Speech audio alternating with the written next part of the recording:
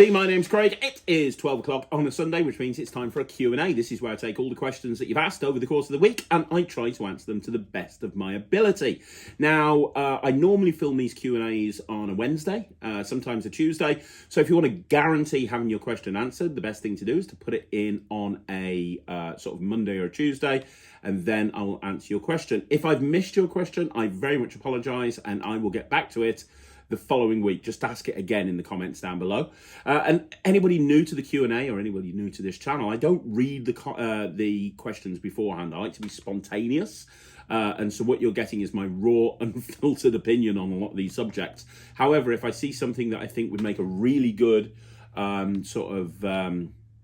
longer video, I will make a longer video on it in the future. Anyway, with that all being said, there's about 30 comments here. Some of them aren't going to be questions, but there's a whole bunch of stuff to go through. So without further ado, let's get into this week's questions. So the first question is from Nevio D, and Nevio says, "Hi Craig." Hi Nevio. "Why are the rants coming back? Why thought you don't want to do them anymore?" Here's the thing. I stopped the rants probably maybe a year ago now because they were just getting out of hand. They become less about what they were originally intended for, and it was just me sitting at a desk effing and blinding and swearing every other word, and it was just getting over the top. It was just getting ridiculous, and so I stopped them completely. However, I do think the rants serve a purpose in that it allows me to talk about stuff in the magic community that I think needs to be talked about. Stuff like exposure on YouTube, stuff like whether people should teach magic on YouTube or not, stuff like crediting within the magic community. All these things are really important topics to talk about. And I think by not doing the rant, it meant that there was a lot of content on this channel that was missing. And when I originally put Magic TV together, I wanted it to be a channel that somebody could come to and they could get information on everything, whether it be reviews on new tricks, or whether it be information and advice on performing, or whether it be magic, seeing magic tricks performed, or whatever it may be. I wanted to have a place where people could come and see everything. And I think by not doing the rants, I was missing out on an important part of the channel. However, although they're back in a very different way. I'm not swearing, I'm not shouting, I'm not effing and blinding, I'm not getting angry, my temple isn't throbbing, I'm not turning red. There might be the odd swear word now and again, but it's few and far between. Really, and I might be passionate. The thing is, I love magic. I'm very passionate about magic, and I'm unapologetic about that. I do love magic, and I am very passionate about it. So sometimes I might get quite, heated, but I'm not going to go back to where the rants were a year ago. So, and I'm also not doing them every single week. I think some weeks I've not got any rants. Then the next week I might have 2 rants. Then I might have no rants for a couple of weeks. I'm just bringing them up and filming them as and when I think I've got something to talk about. So hopefully that answers your question. They're back, but in a very different way.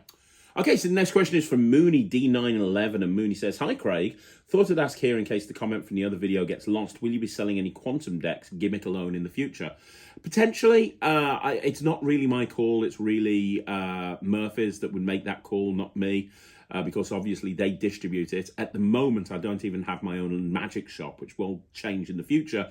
But at the moment, I don't even have my own magic shop. So I'll speak to Murphy's. I'll speak to Lloyd and I'll speak to Murphy's and see if that's something that they've got in mind. I can see why it would be a good idea, but I can also see on the flip side why Murphy's might not want to do that. So good question. Don't know the answer. Sorry to be more vague. It's not really my decision. It's not out of my hands. I don't manufacture the gimmick, but I will check and I will get back to you as soon as I've spoken to Murphy's. Okay, so the next question is from the Fess, and the Fess says, "What's up, Craig?" Hey, Fess. The question I have for you today is, I recently jumped on the TCC Flipper coin as I've been eyeing it up for a while, but I knew it'd be sold out if I hadn't. The tutorial's well made, but I'm looking for more. Most of the routines need an expanded shell, which I don't own. I had a gaze at Flipped Out on P3. The routines look good, but the quality turned me off. No offense. It was the first video I ever shot. It was about 15 years ago. I could tell you stories about that shoot. In fact, I think I might. So I want to know if any of the routines from Flipped Out are posted anywhere, or if feasible, maybe you can upload a higher quality flipper coin material onto the Netrix. I know Empowerment is on the At the Table lecture, but that's about it. Sorry for the long question, but I had to get it out there. So, good question. Good question. Flipped Out was the very first DVD that I shot, and it was a debacle from start to finish. When I shot my first set of DVDs, there were 5 DVDs that we shot at the same time. There was Flipped Out, there was Attack of the Bag, there was Return of the Bag, and then there were 2 others that never came out. And we shot all 5 of them at the same time. And it was through World Magic Shop, but it was back before David Penn was involved, when it was Costas Damiano and Jim Traynor. And they hired a big sort of stately home. And they had this guy come in and film the project that's never actually filmed a magic video before. And he had the idea of making like a story that ran across all 5 videos of me like welcoming people to my home, and I had to dress up in dressing gowns, and he had me running across fields, and it was all very, very stupid. I went with it because it was my first shoot, and we were there doing this shoot on these 5 DVDs. We were there for like 5 days. And 3.5 days were taken up with doing all the stupid little skits that made up the bonus content on the tricks on the DVDs. And then he left a day and a half for live performances and explanations, which was just ridiculous, really, to be perfectly honest. And when he was doing the explanations, he had no interest in it. It was shot on one camera. The performances were shot on one camera from a distance, and it was just dreadful. It was a dreadful experience. The routines, I'm so proud of the routines on Flipped Out, but you would struggle to learn anything from those DVDs. They're terrible. To answer your question, my first trip to Penguin, I filmed a project with them called Reflipped, which is a collection of routines with a gravity flipper. No shells or anything, just a collection of routines with a gravity flipper. And it was a lot of the routines off Flipped Out, plus a bunch of new routines that I've created since Flipped Out. And there's live performances, and it was all brilliant. And I shot that. Now, when that's coming out, I don't know. Because I've filmed a ton of stuff for Penguin, and they don't really tell me when things are coming out or not coming out. But from my point of view, I filmed the performances, I filmed the explanations. They've got everything they need. And it was filmed in their studio. It was shot to a very high quality. So my advice would be, if you want all of my work on a flipper coin, and I was one of the very first people, me and Dean Dill were the first, and Troy Hooser were the first people to put anything else on the flipper coin. And if you want all of my work on it, then very simply contact Penguin and ask them when Reflipped is coming out. They've got everything. I don't know when it's coming out, but from my point of view, I've given them everything they need for the project to go ahead. So it will come out, and it will come out at some point. I've got other flipper coin bits and pieces that are going on in the Netrix over the next few weeks, separate and different to what's going on the Reflip project. But if you want like one giant project on flipper coins, you want to check out Reflipped. Okay, so the next question is from Pratek Kohli, and Pratek says, "Hey Craig, thank you very much for answering my questions. You're more than welcome. I have another question. Over the past 1 or 2 years, I feel like with the huge number of tricks being released, and due to their ease of availability, I feel overwhelmed by the tricks I buy. I feel like I'm buying more than I need. I feel like I'm spending and wasting money and learning nothing. Please help with this, how to control this urge. Thank you." You know what? It's a common problem. Here's the thing. When I first got into magic, one trick came out like every couple of months or every month, and it would stay there for ages. It wasn't like we didn't have the internet. We didn't have Murphys kind of updating their catalog every few seconds. You know, these days you go on somewhere like Penguin and you click on a refresh the new items, and it's like 20 new items. I know as a magic reviewer, I could do review shows with Ryland every single day, and I still wouldn't cover everything that's come out. And that's physical products. That doesn't include instant downloads and online sessions and so on and so forth. So you're absolutely right. There is so much stuff that you can spend your money on. And here's the thing, and I've seen it happen. I see it happen. Magicians love toys. So what they do is they rush out to buy the latest and greatest trick because they're looking for that trick to make them famous. Because let's be honest, every magician has to have an element of an ego. You know, there's no such thing as not having an ego in magic. Or as a performer, every performer has an ego. You can't perform in front of people and be the center of attention without some sort of ego. And every magician, if you ask them, they'd probably, not everybody, but a large percentage of magicians would like to be like, you know, famous, right? And And one thing that I see a lot of magicians doing is they think that buying the latest and greatest trick will make them famous. Oh, if I have this trick in my act, then I will become famous. If I have this trick in my act, then I will become famous. Then everybody will notice me, or whatever it may be. And that's really not the case. The sad fact of the matter is it's not about the tricks. It's about you as a performer and learning about scripting and blocking and improving your sleights and improving stagecraft. And, Ryland is a perfect example. So Ryland's, just finished performing on the Magic Circle Gala show, and he got rave reviews for his performance. But you know what? Ryland may spend a lot of time practicing magic. He does, but he's got a vocal coach that teaches him how to speak properly on stage and how to not mumble and speak too fast and how to project his voice. He's got an acting coach that teaches him how to actually stand on stage and how to plant his feet and all these sort of things. We spend a long time and effort talking to him about that side of things. And when you think back to his audition, a lot of the time, he was just doing cube wall, if you actually think about it, his audition on BGT. But everyone was saying, oh, what a great audition it was. It was because of the staging, and Russ Stevens, nailed that. But it's about the staging a lot of the time and how the routine is staged and so on and so forth.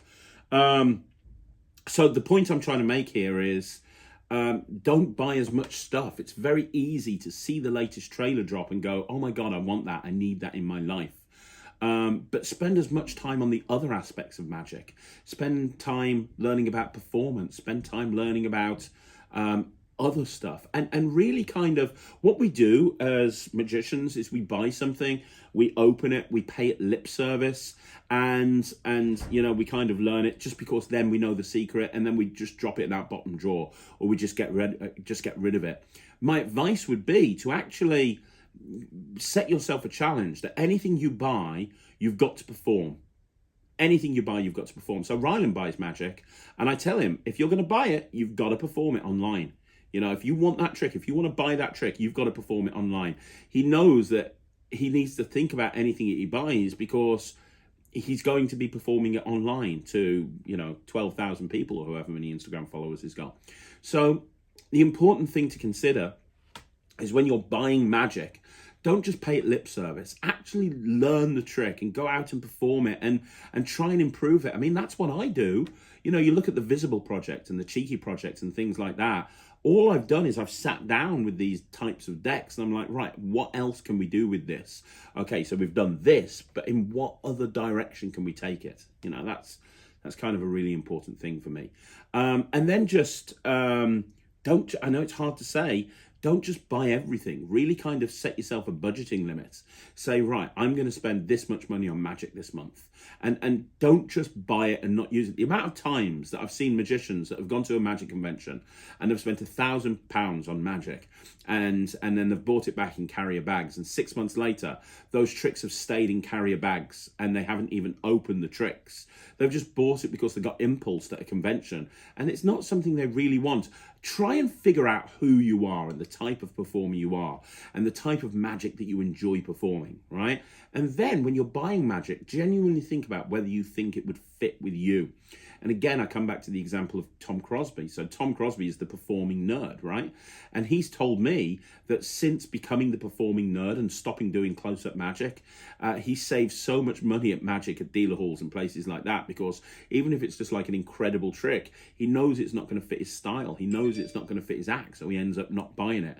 So yeah, I mean, it's a great question. How do you control this urge to buy everything? Just A, set yourself a spending limit. B, genuinely seriously think about whether you need the trick and whether it's the right trick to do and whether it fits your personality. And then C, force yourself to actually go and perform that trick and really learn it rather than just taking it, putting it in the bottom drawer and forgetting about it because you've just bought something else. Try not to buy a big selection of stuff. If a box drops through from Penguin or Vanishing Inc with 6 tricks in it, you're probably going to learn 1 trick and then 2 tricks, and the others you're probably not going to even bother learning. So it's just stuff like that. And I think it's just having self-control and just not buying everything that comes out. Okay, so the next question is from my friend Chris James, and Chris says, yo, Craig. Hey, James. Chris. I agree, Netrix is so good. Thank you very much. Question, what are your top 3 Daryl tricks? My God in heaven. What are my top 3 Daryl tricks? Right, okay, I know number 1 straight away, but I need number 2 and number 3. Okay, so in third place, I'd go with the finale that Daryl did to the Ambitious card. Really, his Ambitious card routine that he put on his DVD through Nell Publishing. But he had that finale, and if you haven't seen it, it's been re-released by Murphy's. You can get it. It's, you know, he's doing an Ambitious card, and then for the finale, he takes the deck, he wraps the deck up in a rope. He gets them to sign the card on the back and the front. They put the card in the middle. They see that the card's going in the middle, and then instantly the card comes onto the top of the deck, and he gets them to take it out. It's an amazing finale to the Ambitious card, and a lot of people, me included, end their Ambitious card routine by having it go to an impossible location. But this is a real ending to the Ambitious card, because ultimately what's happening is the card's coming to the top of the deck again and again and again. So by doing this as a finale, you're doing the same thing, but in a completely crazy, impossible way. So I think it's called Ultimate Ambition or something, but whatever that trick is, that's third place.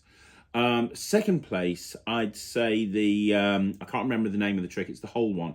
The whole thing. That's it. The whole thing, but with a W. I've performed this on the channel at some point, but again, this has been re-released through Murphy's. You want to check it out. It's called The Whole Thing.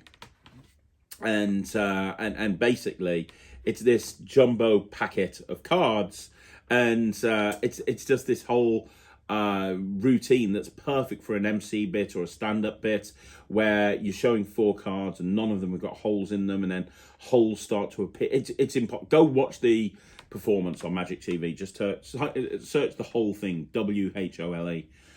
It's an incredible trick. It really is. And then I'm going to go a joint first. One, I'm going to say Dicey Dots, which nobody would probably even imagine, but I love Dicey Dots. I did it for years. I really hope Murphy's re-release it, because it's one of my favourite tricks Daryl put out. The whole idea is, it's so commercial. It used to be my open walk around. So you bring out a dice and you show it and you haven't examined, and you put it into their hand. And then you bring out a little white stick and you say, this is a spot remover, watch. And you just wave it over their hand, and the spots of the dice are all over the stick.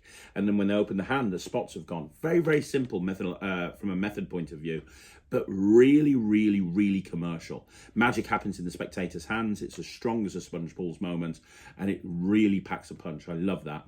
The other thing that I'd say in first place is, and I don't think this has been re-released by Murphy's either, is he had a lovely bit with the bounce, no bounce balls. And it was all about, so he had some modeling clay. I think it was bounce transposition or something. He had some modeling clay, which he got somebody to roll into a ball. And obviously, because it's clay, when you drop it on the table, it doesn't bounce, right? And then he's got these balls, and he takes a ball and he shows that it bounces. And he gets somebody to hold onto the ball, and he gets somebody to hold onto the clay. And now he says, watch, boom. And now when they drop the ball on the table, it doesn't bounce. And when the clay is dropped on the table, it does bounce. And it's incredible. Honestly, it's a wonderful moment where the condition, or the way that the object reacts, changes places. It's killer. And then for the finale, it changes back again. And it was a very commercial routine. Again, that's one that I did for an awfully long time until I stopped doing it, and now I can't find the props. But if Murphys are listening, please bring that back out as well, because that's a really great trick. But that was a good question, Chris. Those are my top favourite Daryl effects. Okay, so the next question is from Michael Warsham, and Michael says, Craig, in your first comment in this video about business cards, you said you don't perform mentalism, but you do mental magic. So in a future Q&A, can you please explain the difference to you between mentalism and mental magic? Thank you. Yeah, absolutely. For me, if you're a mentalist, then everything has to be about the mentalism. And what I mean by that is, there's various different types, but you look at somebody like Max Maven, who is, you wouldn't see Max do a sponge ball routine, right? Max Maven, if you saw him at a gig, he would be doing full-on mentalism. If you see Max, you know exactly what I'm talking about. Same with Darren Brown. Darren wouldn't bust out a sponge bunny routine, right? Everything that he does is all about the mentalism. Now, they have different approaches to mentalism, which is, Darren talks about, psychology and influence and so on and so forth, and neuro-linguistic programming, while Max is kind of more of the type thing. But you look at any mentalist, you look at Steve Deller, you look at Kenton Nepper, you look at Dee Christopher, you look at Louis Lavelle, the list goes on and on and on. All of these people, what they have in common is that everything that they do, their entire character, the tricks that they perform, the props that they use, it's all about mentalism. They're putting across to the audience that they have the ability to take information out of your mind or plant information into your mind. Whether that be somebody like Lewis, who does a lot of stuff with pendulums and cold reading and tarot cards, or whether that be somebody, like Dee Christopher, who has a very dark persona, and however it is, that's the effect that they have on the audience, that they have the ability to read your mind in one way or another. Now, that's a stark contrast with me, because I am a magician. So when I do magic, I'll do a lot of tricks, like I'll take a Rubik's Cube up in the air and I'll solve it in midair. I'll have a signed card come to the top of the deck. I'll have coins jump from over here over to here. Whatever the case may be, depending on the routines that I'm performing at any given close-up job, I'm obviously a magician. I am using props that a mentalist would not use. I'm doing effects that a mentalist would not use. So when I do mentalism, let's say I'm doing my routine gossip, or let's say I'm doing something else, when I'm doing something that has a mentalism tinge to it, I'm not going to play it the same way as a hardcore mentalist, because that doesn't fit with my character. My character when I perform, and I've talked about this on the channel before, my character when I perform is this guy that's, I don't try to pretend that what I'm doing is real. I don't try to pretend that what I'm doing is real in any way, shape or form. Instead, I kind of put across this whole vibe of, hey, I've just spent a long time practicing what I do, and I've developed a series of skills that I can use to hopefully entertain you, whether that be making a ball vanish and appear over there, whether that be making a signed card come to the top of the deck or jump into my pocket, whatever the thing is that I'm trying to do. I'm just using a series of, skills that I've developed over the course of years. And anybody could do this with enough practice. Now, you might disagree with that. You might think that as a magician, I try to make people believe that what I'm doing is real. But I don't want to do that, because I personally would feel a bit of a hypocrite. Because if I could really do magic, if I could really, really, really, really, really do magic, I wouldn't be solving a Rubik's Cube in midair. I wouldn't be making coins jump from one place to another. If I could really do magic, I'd be doing stuff that's way more impressive than that. And I think that most people in this day and age are aware of that. Now, mentalists, a lot of the time, they're trying to make people believe that what they do is real. Now, it might be that they're not trying to make people believe that they can read minds, but they might be trying to make people believe that they're influencing them, when, let's be honest, they're not. Any mentalist that talks about, hey, neuro-linguistic programming, I'm influencing you. No, you're using peak devices, and you're using this, that, and the other, and other mentalism tools. So that's the difference for me. When I do mental magic, I present it in more of a light-hearted way, where I'm not saying that what I'm doing is real, or that I'm influencing them, or that I'm doing this, I'm doing that. I'm just like, hey, I'm gonna try and read your mind now. Concentrate. I'm gonna read your mind, and it's done in a completely different way. For me, when a magician does mental magic, when a magician does mentalism, they can't present it as full-on hardcore mentalism because of what they might have done beforehand. At least that's just my opinion. So I do a lot of mentalism in my show, or something. I do a lot of tricks in my show, and I do a lot of tricks in my close-up performances that a mentalist might do, and they would present them very differently. And I suppose that's the difference between mentalism and mental magic, in my opinion. That's just what I believe, but there you go. If you disagree, that's fine, but that's kind of my approach to the whole thing. Okay, so the next question is from Sean McNulty Magician, and Sean says, what is an alternative to the Omni deck that looks like a standard bicycle deck? So you're talking about a finale, right? So you've got the Solid deck by Paul Harris, which is similar in many ways to the Omni deck, which is where a deck of cards... You have a card come to the top of the deck over and over again, whatever it may be. And then the finale is that the entire deck is a solid block, and you can't cut it or do anything with it because it's a solid lump of card. An alternative to that is Full 52 put this out as a tech deck. They're not around anymore. Prop Dog have bought this out, and it's, I think, on their site. Basically, it's a hollow deck. So it's a deck of cards, but it looks like a regular deck of cards, but you can open it up and there's all like pieces of tech and lights and circuit boards inside. So you can do an ambitious card, for example, and at the end you can say, well, let me explain how it works. It's all to do with the fact that there's, you know, it's all technology, look, and then you can open it up and the deck of cards you've been using the whole time is just a solid block with loads of technology and lights and diodes inside. That's a really nice way. You've got, I can't remember the name of it. I think it's called Hollow or something like that. It might not be. It's a Simon Lovell trick, and basically you do a routine, you find the 4 queens, and at the end, the middles have gone out of all of the cards, and you're just left with the outsides of the cards, all of the cards except for the 4 queens.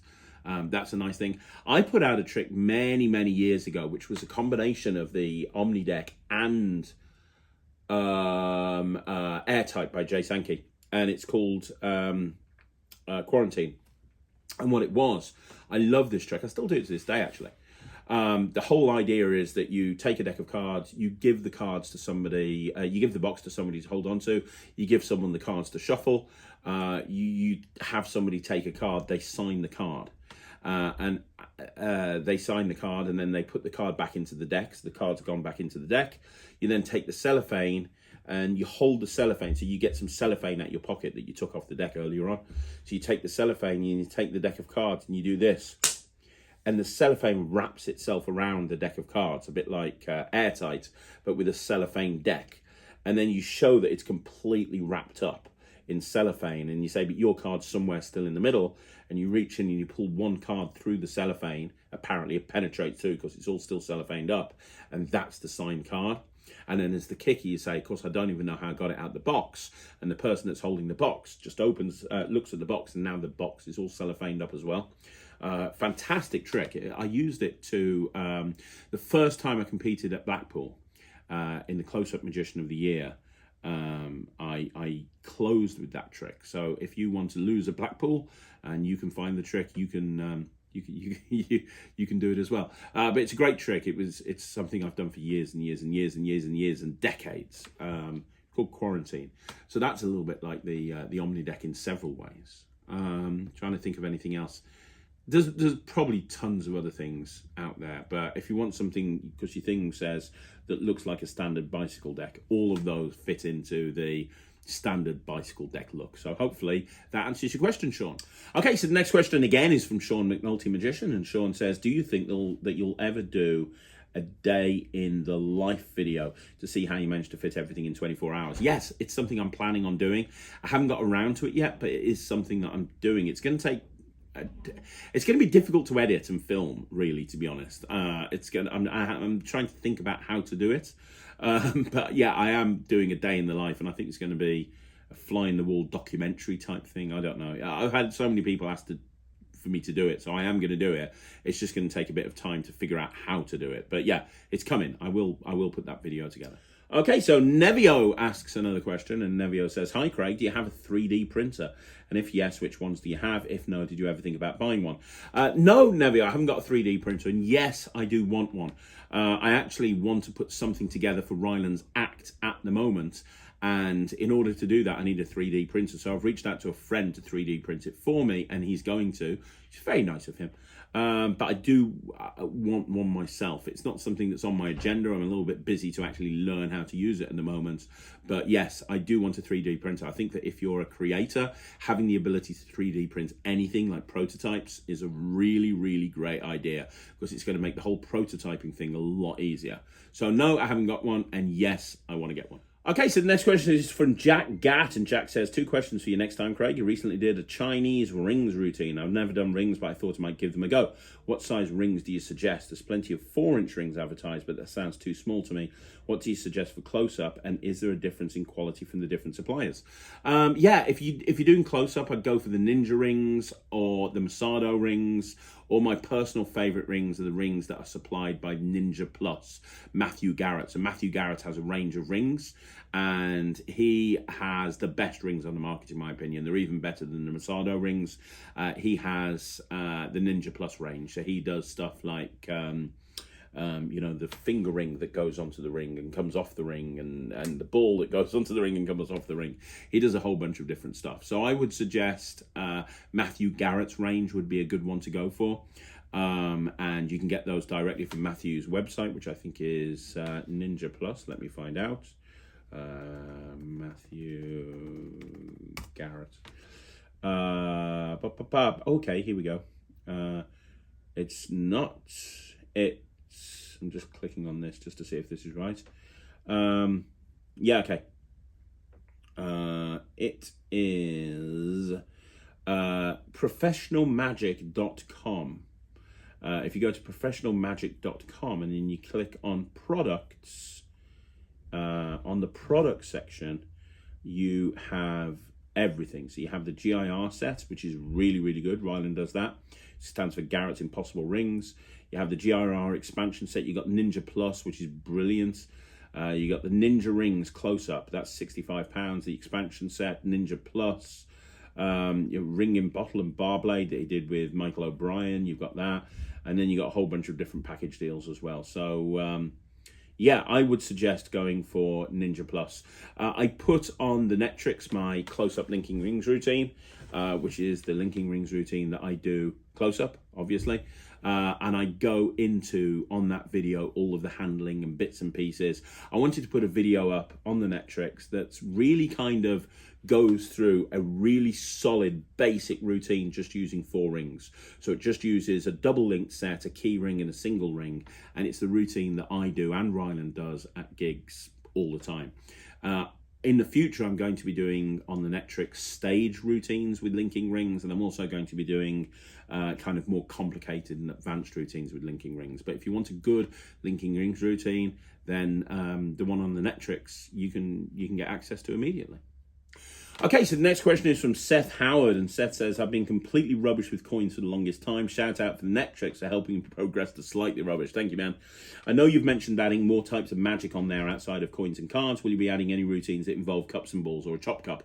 Yes, absolutely. Every upload session, we're uploading more non-card material, non-coin material. This week, we've got 2 items that are going up that are non-card, non-coin. The next week, I think we've got 3 items. We've just had the rope stuff go up and the ring and rope stuff go up and the egg bag stuff go up. Absolutely. In fact, I think it's being filmed. I don't know if it's going up this week. I think that we're doing Chop Cup this week. So I think Chop Cup is going up this week on the Netrix. So I've got a big teaching on the Chop Cup that's going up this week on the Netrix. So look out for that, because that's everything I do. Well, I'm doing several sessions. The one that's going up next will be sort of a beginner's guide to Chop Cup, and then we're going to be doing more of an advanced guide to Chop Cup and expanding on those various different routines and going into cups and balls and everything as well. So yes, to answer your question, there's a lot of stuff that's going up that's non-card, non-coin, and the Chop Cup stuff is coming very soon. Okay, so the next question is from Bobby Jenkins, and Bobby says, Hi Craig, wrote a couple of weeks ago about starting off and mentioned about Michael Vincent. Didn't mean I was trying to learn his magic, as I know his skill level is a million miles above mine, but I love his showmanship. My question is, I love packet tricks. I purchased Backfire by Paul Wilson, who, as you know, was in the TV series The Real Hustle. I love it, but if you know the trick, which I do, yes, then you know that the ending is really clean. With the smallest misdirection, the cards can be examined at the end, which I love. I was just wondering, are there any packet tricks that you know of besides your quantum deck, which I have? In fact, I have most of your tricks that end cleanly and show that the cards can be examined, preferably packet tricks. Thanks, Bobby. I mean, there's millions of packet tricks, Bobby, that can be examined at the end. I'm going to fire a few off to you right now, because I know from comments that you've made before, you're relatively new into magic. So I'm going to fire a few off for you right now, but there's millions more. There's millions more. But from the top of my head, off the cuff. Okay, so obviously the classic Color Monty is examinable, and any variation of Color Monty is examinable. And that's the one where you've got the 3, you know, I've got a card with a red diamond, I've got a card with a blue diamond, you know, all of that, which is a great trick. It's a classic for a reason. They're all examinable. Okay, so you can examine any sort of variation of Color Monte. Oiling Queens by Roy Walton, which is a fantastic trick, can be examined again completely and totally and utterly. Oiling Queens is a really good one to consider. Also, I'm trying to think. Oh my God, why is my mind a total blank? So you've got Oiling Queens, you've got... okay, here's a good one. Virginia City Shuffle, which is a really nice packet trick where you've got like 3 blank cards and an ace, and you tell a story of somebody trying to follow the ace amongst the 3 blank cards, and they're always getting it wrong, and there's a kicker that they don't see coming at the end. But everything's examinable at the end as well. Virginia City Shuffle, which I learned from the Michael Amari City Master Card Magic series. It's not Michael's, I can't remember who it is, which is terrible. But the Virginia City Shuffle is completely examinable. A lot of the Paul Gordon tricks from memory are examinable as well. If you get a chance to see Nicola Arcane in her new lecture, there's a trick that she does where there's this, she talks about an assistant hiding in between cards that represent mirrors, and it's all about assistants in an illusion show, and at the end everything's examinable, and there's a big huge surprise that they don't see coming. I did a performance of that on a 5x5 a couple of weeks ago, so if you go look at the Eastbourne 5x5 special, I did a performance of Nicola's routine. That's available from Nicola's shop. She's got an online shop, and that's a really great trick that just uses a couple of Elmsley counts that's examinable. Talking about Elmsley counts, it's not really a packet trick, but it kind of is. The 3-card trick, of which there's a version on the Netrix under the packet trick section, that's examinable, and that's a really good trick as well. The other one by Darwin Ortiz, I can't remember the name of it. It's something like Jumping Gemini. I think it's Jumping Gemini, which is 4 cards, and the card keeps coming to the top, and you end up with multiple color changes. That's examinable as well. That's a really great trick that's completely examinable. So there's a few for you. There's probably a lot more. I'm sure the new Paul Gordon trick, Aurora Borealis, is examinable. I'm not 100% sure, but I'm pretty sure Aurora Borealis is examinable as well. So that's another one that you can look at. And my Mirage, not Mirage, that's not it, what it's called, Mystique, which is on the Netrix. It used to be called the Lance Burton Appreciation Trick, but I changed the handling and changed the name of the trick to Mystique. That's examinable as well. You can get that from the Netrix as well. So there's quite a few routines there that you could probably start off on. There's a lot more. There's a heck of a lot more. I could keep going forever.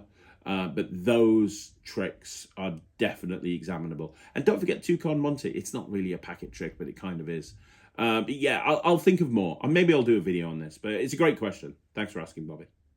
Okay, so the next question is for Vinavist. And Vinavist says, "Hi, Craig. I'm having a bit of a bad time with Magic at the moment, as the methods for all the new tricks I've bought seem really easy to figure out.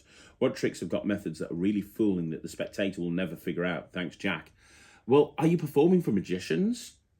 Man, are you performing for magicians, or are you performing for lay people?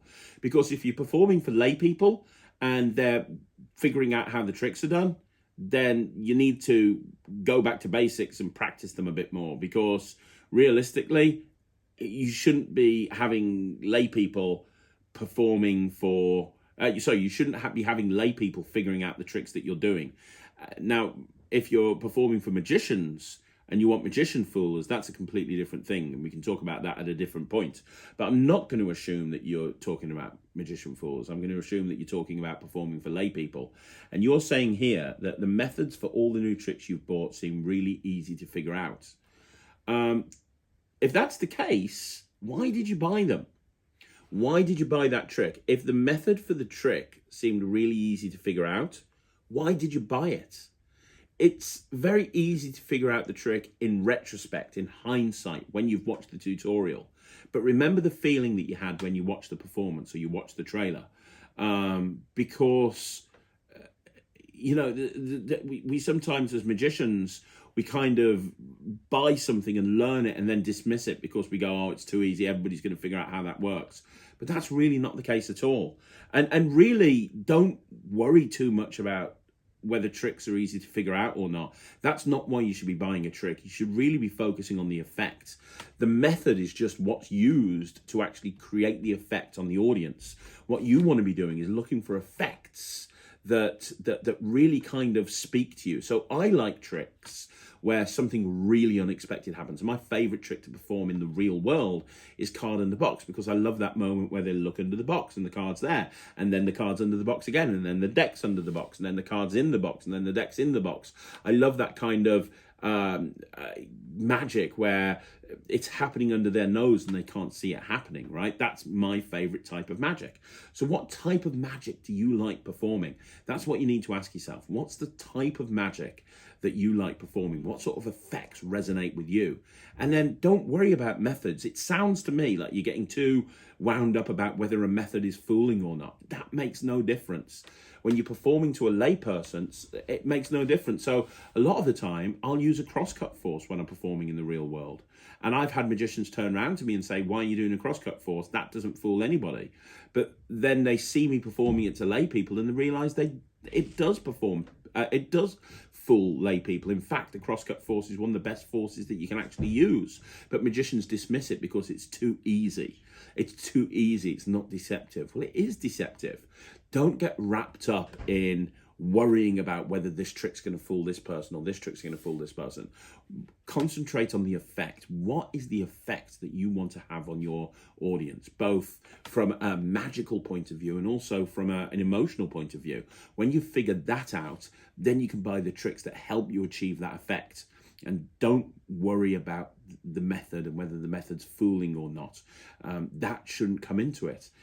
You buy the trick, you learn the trick, and then you go and perform it. Now, you might not like the trick, you might not like the method, it might be too difficult or whatever it may be, but try it out. Actually go and try it on people. Because if this is happening to you over and over again and you're kind of buying stuff and you said here, I'm having a bad time because the methods for all of the tricks I've bought seem really easy to figure out.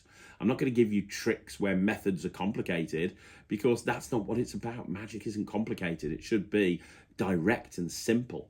And whether it's easy to figure out or not isn't important if you're performing it to the right people and performing it in the right way. So, I think that you need to look past that. I think this is a mental block that you've got. Push past it. That's the advice that I would give you. Okay, so the next question is from Dominique, and Dominique says, hi Craig, it's been a while now, but I watched a video in which you mentioned a YouTube channel specializing in marketing for magicians. I don't remember precisely what video that was. You said that the channel was ready and waiting for you to launch as soon as the channel would hit 10,000 subs. You're now on 12,000, almost 13. Do you still intend on doing it? No, I don't. No, and the reason is I've tested marketing material out on this channel. And it gets really low views, like hardly anybody watches the marketing videos compared to all the other videos that I put out. So what's the point in putting all of my time and effort into a channel, putting marketing videos out there where I know that very few people are going to be watching them, because there's going to be even less people watching them on a new channel than will be watching them on Magic TV. Because if you're subscribed to Magic TV, you get all my notifications, and people were choosing not to watch the marketing videos. And the problem is, it's the marketing videos that took the most amount of time and effort to put together. So instead, I'm putting all of my marketing videos and anything that I kind of have to say on the subject of marketing and business growth onto the silver level of the Netrix. In fact, on Monday, I've got a video going up all about restaurants and how to get more restaurant work. It's going to be the ultimate guide to getting restaurant work, and that's going up on Monday. So you can look out for that. That'll be going up on Monday. It's kind of like the ultimate guide to restaurant magic. So look out for that. But yeah, anything that I've got that's marketing related goes up on the silver level of the Netrix instead of on YouTube, because I think that, the people there will value the information more, if that makes sense. So the next question is from Divishan Rao, and Divishan says, do you have a haunted deck trick that you do with loops at gigs? If so, can we have a performance? I do, yeah. I've used loops for years, to be perfectly honest, and excuse me. I've used loops for years, and you can do some amazing haunted decks with loops. And I remember before loops were a thing, I used to do Oh, what's that Jeff McBride trick? Kundalini Rising. That's it. I was going to search for it, but I remember it. Kundalini Rising. I used to do Kundalini Rising all of the time, which was very, very similar to using loops. And then Nate Kranzo through Illusionist put out Box Monster, which was very, very good. But in terms of loops, there's lots of different versions of the Haunted deck with loops. I still say one of the best Haunted decks is Spooked by Nick Einhorn. I don't know if you can get it anymore, but Spooked by Nick Einhorn. I remember performing that and just blowing people away with it. It was one of the best Haunted decks I'd ever seen. But yeah, you know, I can do a couple of Magic Lives of different Haunted decks with loops. Absolutely not a problem. Leave it with me. But yeah, loops is a great way to do the Haunted deck. Okay, so the next question again is by Divisham Rayun. Divisham says, do you do Blake Voigt's Regeneration at gigs? And the answer is no, I don't really do Regeneration. It's not one that I've never done. Which is rare because I do most of Blake's stuff. I'm a big Blake Voigt fan, but Regeneration is something that I don't really do, so I've never really done it. Definitely don't do it at gigs because I don't do it, but it's one that I probably should learn really at some point down the line. But no, I don't do Regeneration, I'm afraid. Okay, so the next question is by Antonia Diaz Basteros, and Antonia says, here's my question. What's the best open prediction trick? I recently discovered a handling that needs a double face of Magician's Wax. It's killer and the cleanest one I've ever seen. Do you know about it? I think it would be perfect for a mat test. No, man, I don't know about it. The closest I've ever heard to that was the 999 Open Prediction by Mike Powers. It's in one of his books, the 999 Open Prediction. And I did a Magic Live on that back in July 2021. And it's called the 999 Open Prediction. If you go on YouTube and you type in 999 Open Prediction, Mike Powers, the performance of me doing it will come up. That had a similar method to what you're saying. If that's not the one, let me know the name of it and I'll learn it and I'll do it on a mat test. Absolutely not a problem. My favorite version at the moment, I would say, is I go back and forth on this all the time.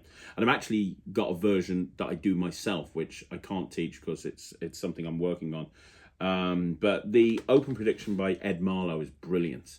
And again, I did a live on that, but I love it. It uses a ribbon spread hideout in a really intelligent, clever way. And I love that trick. So if you haven't seen it, go check out. Go check out the Open Prediction by Ed Marlowe.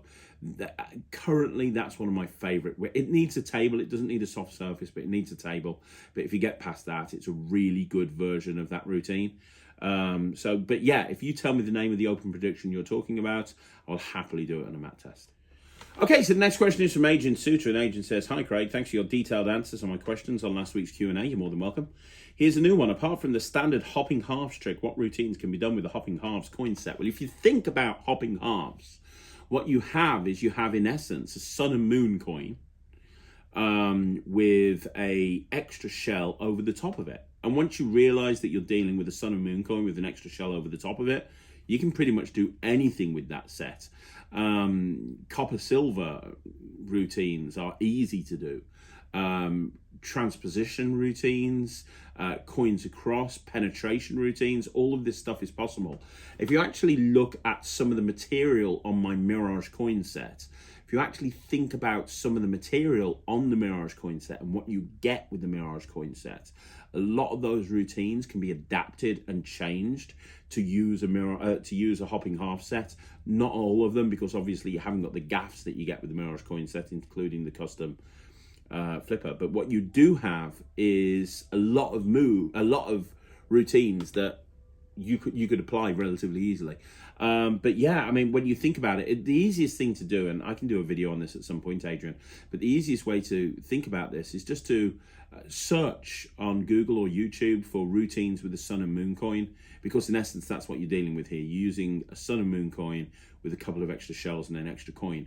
And there's a load of stuff you can do with sun and moon coins. I remember, is it Solet Elune? Solet Elune, Klaus's beautiful transposition routine that uses the coins that you're talking about. So yeah, I mean, go search for routines with the sun and moon coin, and that should give you the information that you need.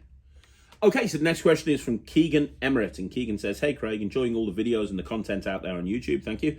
Can't believe all this information is free to us magicians. You're more than welcome. My question for you is, last year you did a penguin class that covered restaurant magic." Yes, I did. "Is there any sort of plan in the future on here on the Netrix to cover and break down how to get gigs at weddings? I'm from the States, and while there are a few magicians that perform at weddings, it's nothing like the UK. It'd be great to know, as it's a market that I'd love to pursue and hopefully be one of the magicians that normalise this type of entertainment." I'm currently just the first thing that's going up is a really in-depth course on restaurant magic, and then I'm going to do a series of really in-depth courses on wedding magic. And obviously in the UK and in Europe, wedding magic is really popular. Not so much in the US, but I was speaking to Sean Dunn about this when I was at Penguin last, and I said to Sean, at some point, wedding magic is going to really take over in America. Like super take over. You're going to have a situation where you're going to have like everybody, because there's no reason why it can't, because the thing with wedding magic is it serves a purpose, right? It's not just entertainment, but it brings groups of people together, and you've got two families that don't know each other, so it's a really great thing to do. It breaks the ice between those groups. It allows you to have entertainment going on that's very non-obtrusive during busy times. There's a lot of stuff that actually works really well with wedding magic, and there's so many weddings that take place in America, and unless I'm being lied to by the movies that I watch, a lot of the weddings are lavish. Not all of them, but obviously a big percentage of the weddings are lavish, and they just want to kind of go above and beyond. If I was a magician in America, I would be going out and doing everything I can to make wedding magic popular. I would be contacting wedding venues, and I would be introducing myself and saying, "Hey, I'm a magician. I've got this concept that I'd like to speak to you about." I'd be getting wedding venues to sell this service to to their clients on behalf of you, maybe even giving the venue a cut. I'd be offering my service free to a couple of weddings so that I can get a show reel put together, specifically a wedding, get talking head, recommendations from brides and grooms talking about how amazing it is. I'd set up like a weddingmagic.USA or something like that. I would be doing everything in my power to make wedding magic take off, because when it is, and mark my words, it will be, the right person that takes the lead on this could really be leading from the front on this whole thing. So, I actually joked to Sean Dunn, I'd move over to America. Because it is the equivalent, in my opinion, of the gold rush over there. There is a massive untapped market when it comes to close-up and stage magic, and the reason it's so popular in America, in the UK, is because it's so common. It's rare to see a wedding now that doesn't have a magician. It's kind of like ingrained into the wedding industry. What do you need when you organize your wedding? Well, you're going to need entertainment. Oh yeah, I'll need a magician. That goes without saying. If you can get that to the situation where you're in America, wow, it's going to be open season. So yeah, I'm going to be doing videos on this, and if I was a member of the Netrix and I was American, I would be paying a special attention to that, because it's a wide open market and somebody needs to take it, and why not you? Okay, so the final question is from James Tracy, and James says, "Will you ever do a masterclass for Vanishing Inc, and will there be any more Alakazam academies in the future?" Great question. Yes, I'm doing a Vanishing Inc masterclass. I'm super excited about it. It's the first time I've worked with Josh and Andy at Vanishing Inc. I'm doing a Vanishing Inc masterclass in December. So December is when I'm doing the Vanishing Inc masterclass. I've got some amazing stuff. I've been writing it for the last 2 months since I spoke to Andy about doing this. I've been writing this masterclass and getting it perfect, full of unpublished material. I'm going in a different direction with it, and I think it's going to be very cool. Outside of that, yes, I am doing another Alakazam Academy. I'm doing a third Coin Magic Academy. So I'm doing a Coin Magic Academy number 3. I did intermediate and I did beginner. Both of those were really popular. This one's going to be advanced. This is going to be like your knuckles are going to bleed if you learn this magic. It's all of my favorite advanced coin magic. We're talking about other academies that I'm going to be doing in the future, but I'm definitely doing at least one more Alakazam Academy, probably more, and I'm doing this Vanishing Inc. Masterclass. Will I do another Penguin Live? Absolutely, I'm sure. If Penguin asked me to do another Penguin Live, I would do one in a heartbeat. I had a lot of fun doing the Penguin Live last time, so absolutely I would. But in terms of the Vanishing Inc. Masterclass, my month is December, and I have got some really cool stuff planned for that. So there you go, guys. That's another Q&A in the bag. Thank you once again for joining me right here on Magic TV. Don't forget, if you want to ask a question, you know what you're going to do. Leave it in the comments of this video, and I will get to it ready for next Sunday. And if I missed your question, I apologize profusely. Please ask it again. Get it into the comments to this video before Tuesday night, and I promise I will answer it next week. If you haven't already done so, go check out the Netrix. It's www.thenetrix.com. We are working so hard. Tomorrow is our new upload day, and we've got a whole bunch of stuff being uploaded, including some of my favorite effects, so you can look out for that. The restaurant course is going up on Monday as well. You want to see more videos like this, like the video, subscribe to the channel, leave a comment down below, and yeah, thank you once again for joining me here on Magic TV. I really appreciate it. I appreciate you taking the time out of your day to watch my videos. So I'll see you again soon. Don't forget, later on today, I've got a shorts at 2 at 6 o'clock. I've got a Magic Live at 9 o'clock. I've got what I've got at 9, a review show special. This is a fun one. So make sure that you check out all of that, and I'll see you again soon. My name's Craig from Magic TV.